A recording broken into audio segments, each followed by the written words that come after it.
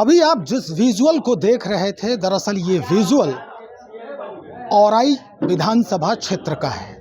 औराई विधानसभा क्षेत्र में ये पहसौल पंचायत है, जहां पर कुछ कार्यक्रम हो रहे हैं, उसका ये विजुअल हमने आपको दिखाया।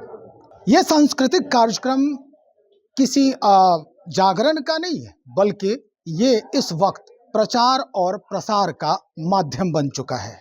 चुनाव है, कुछ दिन और बच गए हैं और इसी दरमियान, चुनाव के दरमियान ही इस तरह से प्रचार की जो सुविधा होती है, जनता को जागरूक करने की, एकत्र करने की, एक जगह कर कर अपने संदेश को पहुंचाने की, वो कोशिश भरपूर की जा रही है।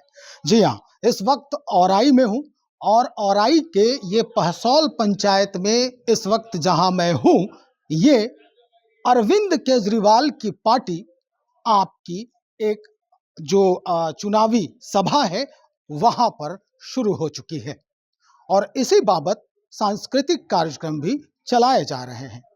तो चलिए हम बातचीत को आगे बढ़ाते हैं। कुछ दर्शक दीर्घा में भी लोग हैं, इनसे भी हम बातचीत करते हैं और उसके बाद इसके जो संचालक हैं उनसे भी हम बात करेंगे कि क्या कुछ परिदृश्य बदल रहा है राजनीतिक गलियारे का, चुनावी आम सभाओं का। यही के रहने वाले हैं आप? जी, ये मार्केट मेरा ही है। अच्छा, आप ही का मार्केट है। तो किस तरह से अब देख रहे हैं इस चुनाव को आप? इस चुनाव को देख रहे हैं कि ये संस्था जो है, जो एक बहुत बड़ा संस्था है, जिस संस्था को इसको शिवशंकर गुप्ता जी को यहाँ के पब्लिक, यहाँ के औराई विधानसभा नवासी का जनता वोट दे, जो एक डिप्टी कलेक्टर भी है और एक पढ़े लिखे भी आदमी है। यहाँ बहुत अनपढ़ आया, बहुत लूटा, बहुत कुछ किया, बल्कि कुछ यहाँ औराई विधानसभा में नहीं हुआ। आज के डेट में कोई भी मुजफ्फरपुर देखिए या कहीं भी देखिए, हर क्षेत्र में हर पार्टी को बदलता है। इस साल भी औराई विधानसभा से पार्टी बदले, औराई विधानसभा से कुछ लोग तो अब ये कह रहे हैं भाई साहब कि ये जो विधानसभा क्षेत्र है ये प्रयोगशाला बन गया है राजनीति का। प्रयोगशाला 65 साल यादव राज किया, क्या किया यहाँ? कुछ नहीं किया। आज के डेट में कोई भी पढ़ा लिखा डिप्टी कलेक्टर से रिटायर किए हैं, रिटायर नहीं किए, जैसा कि मुझे जानकारी है इन्होंने रिजाइन दिया है। और रिजाइने दिया है तो माने रिजाइन देने के बाद तो रिटायर हो गया, कहानी खत्म इनका हो गया। ये जो विधायक बनेंगे तो कुछ काम करेंगे, जनता का फर्ज है कि इनको जितावे। आज के डेट में जातिवादी पर नहीं जाइए, मुंह बंद कीजिए। नहीं ठीक है, अब नहीं, जातिवादी पर हम नहीं कर रहे हैं। यहाँ औराई का जनता इनको जितावे। डिप्टी कलेक्टर रह चुके हैं, ये पढ़े लिखे आदमी हैं, बहुत सारी बात है। आज के डेट में जो भी नेता हैं, कोई भी आए, बीजेपी से आए, राजद से आए, जदयू से आए, सब अपना अपना काम किए, कुछ नहीं औराई को देखे। आज औराई का इतना इन पे भरोसा है आप? जी, इन पे भरोसा है। हाँ। पहले के जितने भी विधायक या जनप्रतिनिधि हुए वो भरोसा तोड़ चुके हैं आपका? हाँ, भरोसा तो कुछ नहीं किए। आज हम लोग को माने जाना पड़ता है तो बार के तो माने और बिठौली होके माने भरभरा होके जाना पड़ता है। आज हमको मुजफ्फरपुर जाना है तो यहाँ से जाना होगा भरभरा, भरभरा से बिठौली, बिठौली से मुजफ्फरपुर, और यहाँ से कटरा रास्ता 35 किलोमीटर है, नहीं जा पाते हैं दाहर के समय में। तो अब उम्मीद जाग रही है कि अब कुछ यहाँ पर जो है वो परिवर्तन होगा और फिर से इस क्षेत्र का मतलब कहा जाए कि जीर्णोद्धार किया जाए। हाँ, जीर्णोद्धार होना चाहिए। हम लोग को क्या चाहिए, क्योंकि हम लोग को सस्ता रास्ता है कटरा होके। आज 4 लाइन बन रहा है, वो केंद्रीय माने केंद्र का सरकार का है, कोई विधायक का सरकार नहीं है, सेंट्रल राज्य का सरकार नहीं है, वो सेंट्रल गवर्नमेंट का है। तो आज हम लोग इतना भोग रहे हैं, क्यों भोग रहे हैं? रास्ता के कारण कि जो हमको 35 किलोमीटर यहाँ से मुजफ्फरपुर है, हम अपना बच्चा को रखते हैं मुजफ्फरपुर, अगर मान के चलिए कि रास्ता कटरा चालू हो जाए तो हम अपना बेटा को स्कूल छोड़ देंगे वहाँ मुजफ्फरपुर। बिल्कुल बिल्कुल सही कहा आपने। थोड़ा सा और इसकी जानकारी हम और बढ़ाते हैं आगे। इसी पार्टी से हैं आप? जी जी। क्या लग रहा है किस तरह का माहौल बनाने में आप सफल हो रहे हैं? जी, आज जो है आपके चैनल के माध्यम से औराई की जो महान जनता है उनका हम स्वागत करते हैं। औराई साधारण जगह नहीं है। राम वृक्ष बेनीपुरी साहित्यकार जिन्हें कलम का जादूगर कहा जाता है, ये उनका जन्मभूमि है। अच्छा। राम वृक्ष बेनीपुरी जी की किताबें देश की लगभग सभी विश्वविद्यालय में पढ़ाई जाती है। इतने बड़े साहित्यकार का ये जन्मभूमि है औराई। और साथ ही साथ ध्वजा प्रसाद साहू जो खादी आंदोलन महात्मा गांधी के सहयोग से इसी औराई से राष्ट्रव्यापी खादी आंदोलन चालू हुआ और पूरे देश में एक खादी आंदोलन के माध्यम से जन जागरण हुई। हजारों की संख्या में खादी बोर्ड का गठन हुआ, खादी संघ का गठन हुआ, चरखा संघ का गठन हुआ और लोगों को इससे रोजगार मिला, जागृति आई। विकास की कौन सी बात करेंगे आप? इस क्षेत्र के लिए क्या कुछ है? क्योंकि देखिए स्थिति क्या है कि ये आप पार्टी से जो गुप्ता जी हैं, आपके जो नेता हैं, वो खड़े हो रहे हैं। अगर ये जीत भी जाते हैं तो कि कौन सी गारंटी है इनकी कि सरकार में इनका योगदान होगा और इनके योगदान से इस क्षेत्र का विकास संभव होगा? जी, सबसे पहले तो हम आदरणीय डिप्टी कलेक्टर से रिजाइन करके जो शिवशंकर गुप्ता जी आए हैं, एक विजनरी लीडर हैं। इनके भीतर एक सपना है, एक जज्बात है। यहाँ पर जो कॉलेज खोलना चाहते हैं, मेडिकल कॉलेज खोलना चाहते हैं, इंजीनियरिंग कॉलेज खोलना चाहते हैं, ITI कॉलेज खोलना चाहते हैं, पॉलिटेक्निक कॉलेज खोलना चाहते हैं, नवोदय विद्यालय खोलना चाहते हैं, केंद्रीय विद्यालय खोलना चाहते हैं, सैनिक विद्यालय खोलना चाहते हैं। औराई जो है इसको शिक्षा का हब बनाना चाहते हैं। औराई में तो कम से कम लाखों की संख्या में जो छात्र हैं, आज उनका भविष्य अंधकार में है। एक भी संस्थान नहीं है यहाँ, कोई डिग्री कॉलेज बड़ा नहीं है, कोई टेक्निकल कॉलेज नहीं है। हमारे शिवशंकर गुप्ता जी चाहते हैं कि 2 साल के भीतर कम से कम 1 दर्जन महाविद्यालय का निर्माण कराएंगे।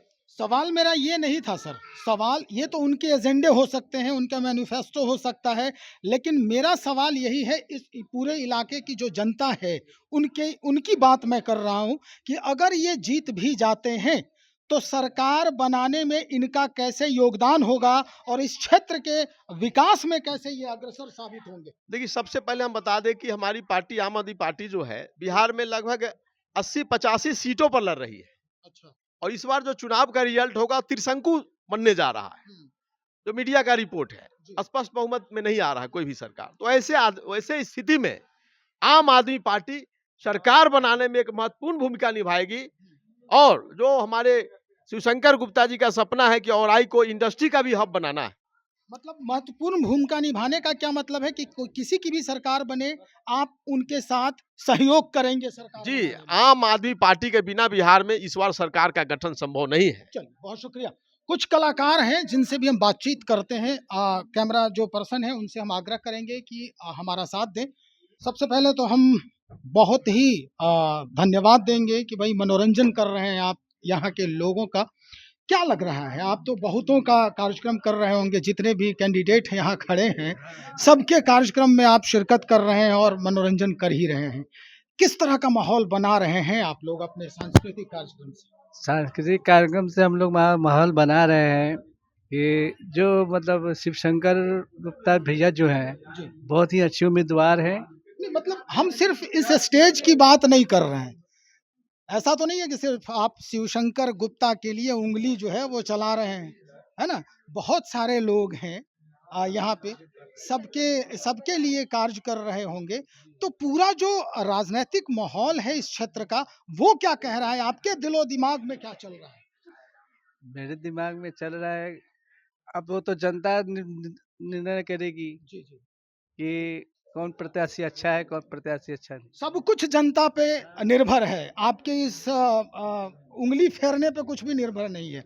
तो चलिए, एक और हैं यहाँ पे महिला कलाकार हैं, इनसे भी हम बातचीत करते हैं। क्या लग रहा है, किस तरह का माहौल आप लोग बनाने में? देखिए, मैं किसी पार्टी की तो नहीं हूँ, जी। लेकिन मैं ये बात बताना चाहती हूँ कि मैं भी एक युवा हूँ। जी। तो शिवशंकर गुप्ता जो है वो एजुकेटेड पर्सन है। बिल्कुल। वो आपको व्यापार हो या शिक्षा हो जो आदमी शुरू से ही उस विभाग में रह चुका है, जो इतना संघर्ष करके वो आगे बढ़ा है, जो एजुकेशन लाइन से आईपीएस बन के जाके एक्सडीएम रह चुके हैं, तो उनको ये चीज पता है कि आगे का हम किस तरह से कार्य करें जिससे हमारे औराई की उन्नति हो। उस चीज को वो जान रहे भली भांति। जो आदमी जो जमीन से जुड़ा होगा उनको पता होगा ये चीज, तो उनको ये पता है। हम लोग बचपन से इस औराई में आ रहे हैं, कटरा होते आ रहे हैं, तो ये चीज देख रहे हैं कि हम लोग को बहुत आने में बहुत दिक्कत होती है। कम से कम जो हमको लगता है जो 1 घंटे का समय फालतू का व्यस्त होता है। कभी कभी पीपा पुल इतना भर जाता है कि आने जाने में पूरी लोगों की बाधित हो जाती है समय। अगर कोई लोग अगर बीमार हो तो उसका तो उस वक्त दम तोड़ दे। ये चीज ये हालत है यहाँ की। यहाँ की ना पुल पे कुछ निर्माण हुई, ना कोई व्यापार में कुछ प्रोग्रेस हुई है, और ना ही आपको शिक्षा में कुछ नजर आ रही है। और ये हमारी जो शिक्षित उम्मीदवार है, पहले जो आए थे वो सब तो पढ़े लिखे नहीं थे, वो तो कुछ ऊपर की बात बोलते थे। लोग जो आदमी गहराई में जाता है उसको पता है ये चीज, और जो आदमी पढ़ा लिखा होगा उसको कुछ बताने का जरूरत नहीं पड़ता है, कि एजुकेटेड पर्सन ही जान सकता है ये चीज को। इसलिए खुद पढ़े लिखे को समझाने की कोई जरूरत नहीं है। और ये चाह रहे हैं कि हमारे जो युवा लोग हैं वो पढ़ लिख के आगे बढ़े, वो कहीं जो हमारे जो दूर में जाके जो वर्क करते हैं वो चीज वो यहीं पे आके काम करें, पलायन रुक जाए। हाँ जी। और हम जो दिल्ली में भी जाके ये चीज देखे हैं कि केजरीवाल के बारे में जो जिस पार्टी से वो लड़ रहे हैं, आज महिला को जो वहाँ पे बस की जो लगती है वो चीज तो चार्ज नहीं लगती है। चाहे आप लाइट की भी व्यवस्था देख लीजिए या पानी की व्यवस्था देख लीजिए, ये सब चीज में केजरीवाल जी ने बहुत अच्छा काम किया है। बहुत अच्छा काम। उम्मीद जाग रही है, उम्मीद जाग रही है, क्योंकि पहले लोग ये दिल्ली को देख चुके हैं। और हमारे शिवशंकर भैया अगर अपने जो इतनी बड़ी पद को त्यागे हैं तो कुछ ना कुछ तो इसका महत्व होगा ना, रीजन होगा, तभी तो वो चीज छोड़े हैं हमारी जनता। बहुत शुक्रिया जानकारी के लिए। कि तो भाई देख लीजिए स्थिति यही है।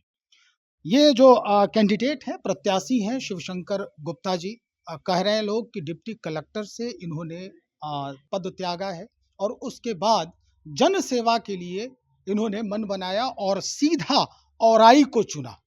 अब औराई को क्यों चुना है ये जानना बहुत जरूरी है। सीधी हम बातचीत करेंगे शिवशंकर गुप्ता जी से, और उसके बाद जो भी बातें सामने आएगी वो हम आप तक पहुंचाने का प्रयास करेंगे। तब तक इंतजार करें, बने रहें हमारे साथ। बहुत शुक्रिया आपका।